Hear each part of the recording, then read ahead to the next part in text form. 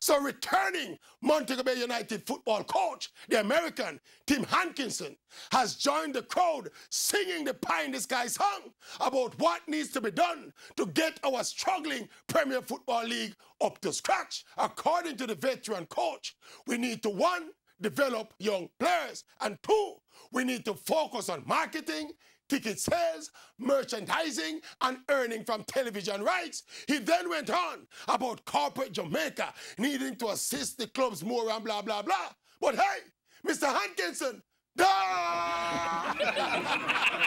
we've been hearing these things for 30 years. Mr. Hankinson is making the also common mistake of assuming that all things are equal in football and that what happens in big football leagues in the big countries with the strong, vibrant economies can necessarily happen here in Jamaica, not understanding that we don't have the infrastructure or the numbers or the economy or the disposable income to support a viable professional football league.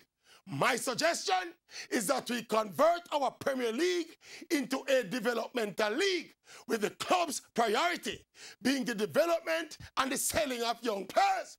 But it is not going to work if our best young players play schoolboy football till they are 19.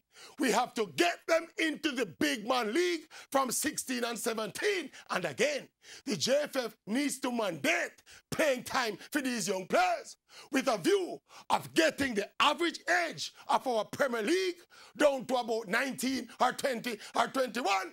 And then we get the young ball of them ready for the open market. That is our best bet. Just bet. Any bet? Yeah, just bet. Any bet? It's our best bet.